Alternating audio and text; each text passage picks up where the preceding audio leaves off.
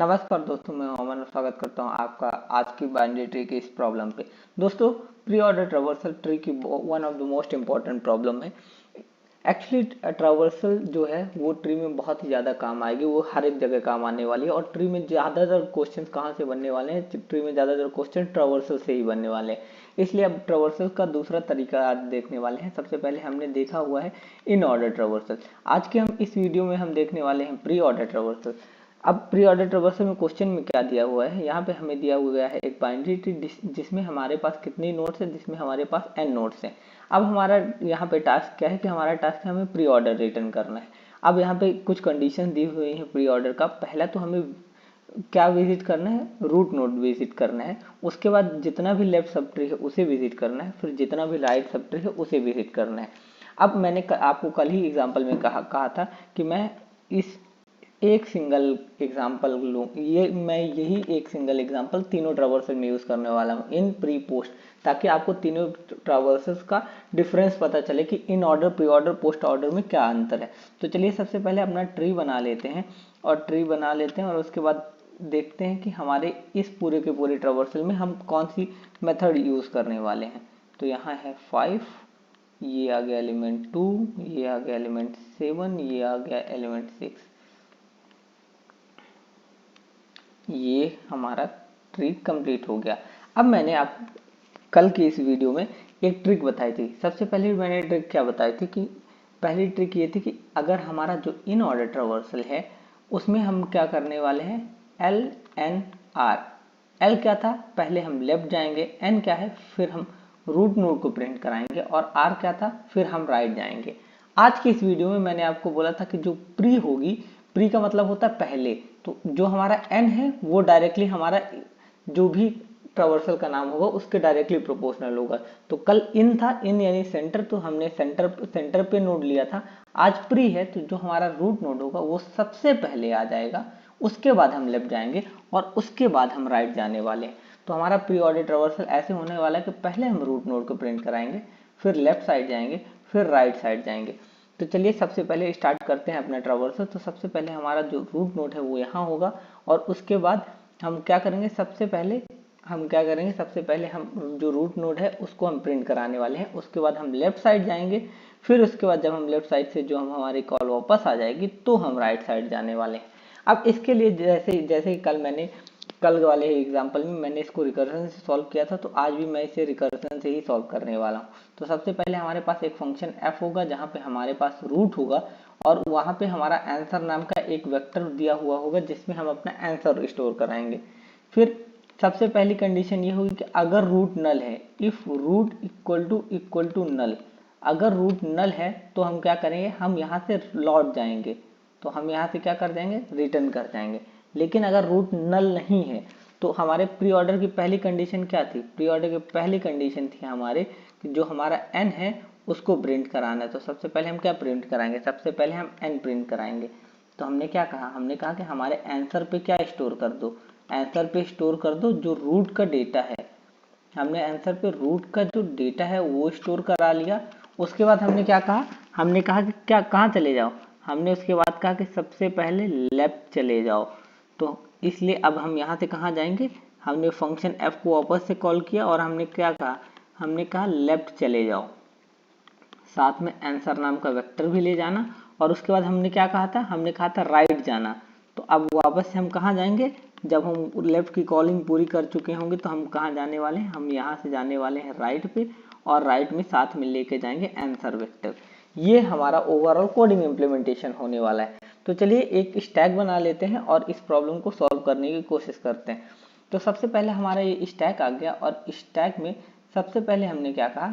क्या root null है? Starting में हमारा जो रूट था वो इस वाली पोजीशन पे था। अभी हमारे पास कोई भी कॉलिंग आई गई नहीं है, तो सबसे पहले इसको खाली कर देते हैं और वापस से हमारा ट्री बना लेते हैं। जो हमारा इनिशियल जो हमारा रूट था वो हमारा इस पोजीशन में है 1 पे। तो सबसे पहले हमने क्या कहा? हमने पूछा कि सबसे पहले चेक कर लो क्या रूट नल है। नहीं, रूट यहाँ पे नल नहीं है। रूट में एक एलिमेंट पड़ा है जिसकी वैल्यू वो है 1। तो हमने क्या कहा? आंसर में क्या पुश कर दो? आंसर में पुश कर दो रूट का डेटा। रूट के डेटा में क्या है? 1 है। तो सबसे पहले एक आंसर नाम का वेक्टर बना लेते हैं और आंसर नाम के वेक्टर में हमने क्या पुश कर दिया? 1 पुश कर दिया। आंसर नाम के वेक्टर में हमने पुश कर दिया 1 और हमने क्या कहा जब 1 पुश कर दो उसके बाद कहाँ चले जाओ लेफ्ट में। तो लेफ्ट के लिए कॉलिंग कहाँ से हुई, लेफ्ट के लिए कॉलिंग हुई नोड नंबर 1 से। 1 से कहाँ के लिए कॉलिंग हुई, लेफ्ट के लिए। तो हम आए यहाँ, यहाँ आने के बाद हमने क्या पूछा, हमने पूछा क्या रूट नल है, नहीं। तो हमने क्या कहा आंसर पे क्या डाल दो, जो भी रूट का डेटा हो, और रूट का डेटा करंट में 3 है तो इसलिए हमने यहाँ 3 डाल दिया। और हमने क्या कहा वापस से कहाँ के लिए कॉल कर दो, वापस से कॉल कर दो लेफ्ट के लिए। तो यानी 3 भी स्टैक में आ गया। जब हम यहाँ आए तो यहाँ हमने पूछा क्या रूट नल है, जी नहीं, रूट नल नहीं था। तो हमने क्या कहा कि वेक्टर में पुश कर दो रूट का डेटा और क्या करना, रूट के लेफ्ट के लिए कॉलिंग कर देना। तो हमने यहाँ से रूट के लेफ्ट के लिए कॉलिंग कर दी। अब 5 के जब हमने लेफ्ट के लिए कॉलिंग की तो 5 हमारे स्टैक पे आ गया और हम आ गए लेफ्ट पे। जब हम यहाँ आए तो यहाँ हमने देखा कि क्या है, रूट नल है। तो यहाँ से हमने क्या कहा, हमने कहा यहाँ से शांति से लौट जाओ और कुछ मत करना। तो यहाँ से जब हमारा ये वापस आया तो 5 से लेफ्ट के लिए कॉल हुआ था, तो लेफ्ट से हमारा क्या रिटर्न हुआ, नल, और ये शांति से लौट आया बिना कुछ भी एक्शन परफॉर्म किए। अब हम 5 से कहाँ के लिए जाएंगे, 5 से राइट के लिए जाएंगे। लेफ्ट के लिए 5 के कॉलिंग हो गई है, अब 5 के राइट के लिए कॉलिंग करेंगे। तो 5 के जब राइट के लिए गए तो 5 के राइट में वापस से क्या पड़ा हुआ था, 5 के राइट में पड़ा हुआ था नल। तो हमने क्या कहा यहाँ से वापस लौट जाओ। तो हमने 5 के राइट से भी लौट आए। अब जब हम 5 के लेफ्ट और राइट से लौट आए तो यहाँ से पहले 5 के राइट से लौटे, और क्योंकि अब 5 के लेफ्ट और राइट दोनों साइड से लौट आए हैं तो अब इस 5 वाले पूरे फंक्शन से रिटर्न कर जाएंगे। तो ये पूरा 5 वाला फंक्शन हट गया। यानी अभी 3 के लेफ्ट के लिए पूरी कॉलिंग हो चुकी है। अब कहाँ कॉलिंग होगी, अब कॉलिंग होगी 3 के राइट के लिए। यानी अब कॉलिंग हो जाएगी 3 के राइट के लिए। अब कॉलिंग आई यहाँ के लिए। तो सबसे पहले क्या होगा, सबसे पहले 2 स्टैक में चढ़ेगा। इसके बाद हमने क्या कहा क्या रूट नल है, रूट नल नहीं है। तो हमने क्या कहा आंसर पे क्या पुश कर दो, आंसर पे पुश कर दो रूट का डेटा। यानी आंसर पे पुश कर दिए 2। और फिर हमने क्या कहा रूट का लेफ्ट कॉल करो। रूट का जब हमने लेफ्ट कॉल किया तो यहाँ पे था नल, यानी रूट का लेफ्ट कॉल हुआ, यानी स्टैक पे एक और वैल्यू चढ़ाई, और क्योंकि यहाँ पे नल था तो यहाँ से रिटर्न हो जाएगा नल। तो यहाँ से रिटर्न हुआ नल। अब हमने क्या कहा रूट के राइट के लिए कॉल करो। रूट के राइट पे आए, यहाँ पे भी नल था तो यहाँ से रिटर्न हो गया नल। अब क्योंकि 2 के लेफ्ट और राइट दोनों साइड के लिए कॉलिंग हो चुकी है, 2 का लेफ्ट और राइट दोनों साइड कॉल हो चुका है, तो अब हम क्या करेंगे 2 को भी इस स्टैक से हटा देंगे और 2 से पूरा का पूरा कंट्रोल वापस चला जाएगा 3 के पास। अब क्योंकि 3 के भी लेफ्ट और राइट दोनों के लिए कॉलिंग हो चुकी है तो हम क्या करेंगे 3 से भी कंट्रोल हट जाएगा और पूरा कंट्रोल चला जाएगा 1 के पास। अब हम वापस 1 पे आ गए। 1 पे हमने क्या कहा 1 के लेफ्ट के लिए कॉलिंग हो चुकी थी, अब 1 के राइट के लिए कॉलिंग बची, तो 1 के हमने राइट के लिए कॉल किया। जब राइट के लिए कॉल किया तो सबसे पहले क्या चेक किया क्या रूट नल है, रूट नल नहीं है। तो सबसे पहले हमने 1 के राइट के लिए कॉल किया, 1 के राइट यानी 4 के लिए, तो 4 आया हमारे स्टैक में। अब हमने बोला कि सबसे पहले आंसर पे क्या पुश कर दो 4, तो हमारा जो आंसर वेक्टर था वहाँ 4 आ गया। उसके बाद हमने क्या कहा रूट के लेफ्ट के लिए कॉल करो, यानी 4 के लेफ्ट के लिए कॉल करो। तो हमने 4 के लेफ्ट के लिए कॉल कर दिया जिसकी वैल्यू थी 7। अब हमने क्या बोला क्या रूट नल है, नहीं। तो हमने क्या कहा आंसर पे क्या पुश कर दो 7 पुश कर दो। तो हमने आंसर पे क्या पुश कर दिया 7 पुश कर दिया। अब इसके बाद हमने क्या कहा, हमने कहा कि इसके भी लेफ्ट के लिए पुश कर दो, यानी 7 के लेफ्ट के लिए कॉल गया। लेकिन 7 के बाद क्या क्या पड़ा हुआ था नल, तो क्या रूट नल है, हाँ रूट नल हो गया। तो ये यहाँ से लौट आया और ये पूरा पूरा ये यहाँ से हट गया। अब इसके बाद 7 के जब लेफ्ट के लिए कॉलिंग हो गई तो अब 7 के राइट के लिए कॉलिंग होगी, और 7 के राइट में भी नल पड़ा हुआ है तो यानी वो वापस ये फंक्शन यहाँ से रिटर्न कर जाएगा और ये यहाँ से ये पूरा का पूरा फंक्शन एग्जीक्यूट हो जाएगा। अब क्योंकि 7 के लेफ्ट और राइट दोनों के लिए कॉलिंग हो चुकी है तो 7 पूरा का पूरा फंक्शन यहाँ से लौट जाएगा, यानी 7 पूरा मेमोरी से हट जाएगा। ये 7 अब हमारे मेमोरी से हट गया। अब हमने क्या कहा 4 के लेफ्ट के लिए पूरी की पूरी कॉलिंग हो चुकी है, अब 4 के राइट के लिए कॉलिंग करो। तो 4 के राइट के लिए कॉल किए तो 6 चढ़ गया हमारा स्टैक में। अब हमने पूछा क्या रूट नल है, नहीं रूट नल नहीं था। तो हमने क्या कहा आंसर पे पुश कर दो क्या रूट का डेटा, यानी आंसर पे पुश कर दिए 6। अब हमने क्या कहा रूट के लेफ्ट के लिए कॉल करो। लेफ्ट के लिए कॉल किया, यहाँ नल था यहाँ से लौटा। रूट के राइट के लिए कॉल किया, यहाँ नल था यहाँ से लौटा। अब क्योंकि 6 के लेफ्ट और राइट दोनों के लिए कॉल हो गया तो 6 से ये क्या करेगा लौट जाएगा, और जब 6 से लौटेगा तो ये स्टैक पे खाली हो जाएगा। अब इसके बाद 4 के क्योंकि लेफ्ट और राइट दोनों के लिए कॉल हो गया है तो 4 भी लौट जाएगा और 4 भी स्टैक से हट जाएगा। अब क्योंकि 1 के लेफ्ट और राइट दोनों साइड के लिए कॉल हो चुका है, तो 1 का लेफ्ट भी खत्म हो गया और राइट भी खत्म हो गया, तो 1 के इस पूरे फंक्शन से एग्जिट कर जाएगा। तो इसका जो ओवरऑल 1 था ये भी इस टैग से हट जाएगा और ओवरऑल जो इसका फाइनल आंसर है वो हमारे स्क्रीन के सामने है 135247 6। बस आपको यहाँ एक बेसिक कॉन्सेप्ट याद रखना है, LNLR यानी सबसे पहले जो हमारी रूट नोड है हमें उसे प्रिंट कराना है, उसके बाद लेफ्ट साइड जाना है, उसके बाद राइट साइड जाना है। हमने यहाँ पे यही किया, सबसे पहले हमने रूट प्रिंट करा लिया, फिर लेफ्ट साइड चले गए, फिर राइट साइड चले गए। बस ये था इसका ओवरऑल कोडिंग इम्प्लीमेंटेशन। चलिए जो फाइनल कोडिंग इम्प्लीमेंटेशन है वो देख लेते हैं कि इसका जो ओवरऑल कोडिंग इम्प्लीमेंटेशन है वो कैसे बनने वाला है।